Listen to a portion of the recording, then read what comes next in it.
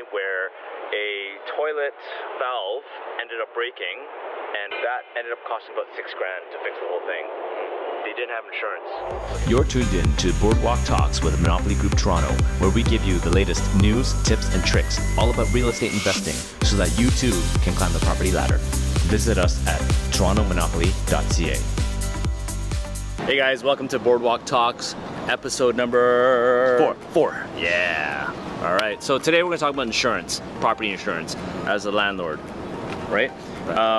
So unfortunately, it happened to one of our clients recently where a toilet valve ended up breaking and flooding the entire apartment. And good thing there's nobody below, there's just common area. But if there was, I mean, there's still damage to it, but that ended up costing about $6,000 to fix the whole thing. They didn't have insurance. So guess where it came from? Out of pocket. And yeah, you know, that's unfortunate. And I wish they knew that for, you know, as little as $10 to $15 a month, you could have gotten landlord insurance to protect yourself for those kind of situations, right? Mm-hmm. And that happened to you or something? Yeah, it happened to my client also.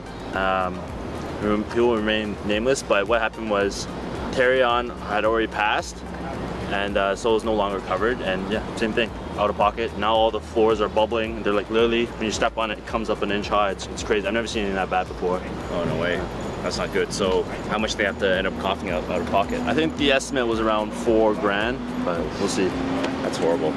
So one thing somebody asked me really quickly, that same client actually, they had a situation where their condo flooded the common elements, but they also had another friend where their unit caused fire and hurt damage to two sides beside them, right? Their tenant did that. So can you imagine, one side, their friend had insurance. Completely innocent.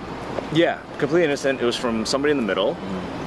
And they have to now call their insurance because it's kind of like no fault in Canada, right? Or in Toronto, anyway, Ontario. There's no fault insurance where you claim through your own insurance. And the other side, on the other side, didn't have insurance. So they ended up they're going to have to end up paying for their own unit, even though it wasn't their fault, which is ridiculous.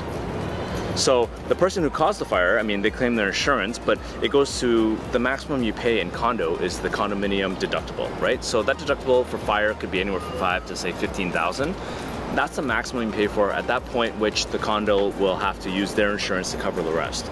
Now, if they do that and their premiums go up, or they decide not to make a claim and kind of, you know, make that payment out of their own corporation funds, then your maintenance fees will go up too, which hurts everyone.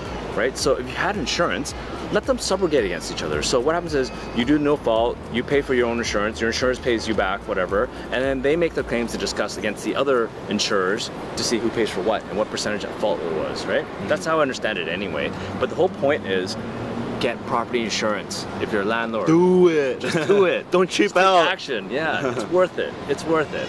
Like, oh man, I just feel so bad for them. Like, I wish we did this video earlier. I wish we did this talk earlier, and they understood that how important it is just to get a $10 to $20 insurance. Oh, the other thing is, we should also mention that don't always rely on the tenants to have insurance. Yes, the tenants have insurance. We force our tenants to have insurance because whatever, but it's for contents insurance only. It just covers their own stuff, right? Yeah. Right. So say you were the tenant, John, and you had a laptop that got damaged, or a piece of art, you know, like a $10,000 piece of art. Clothes. Yeah, right? So that's the coverage for that.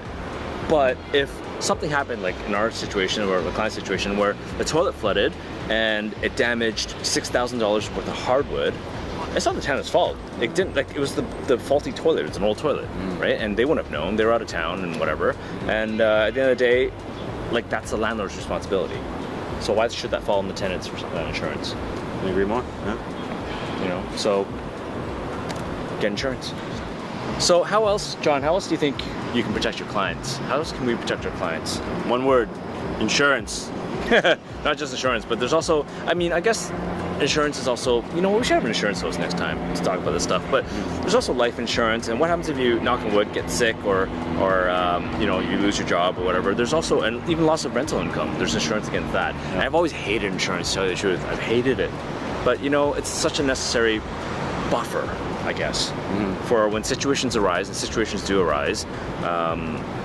say that the tenant, for whatever reason, something happens to the building and you can't rent it out anymore, or whatever it might be, there's a small chance of that. Or, of course, life insurance, we don't have to go into that, but I think it's kind of important, don't you think, for a small cost?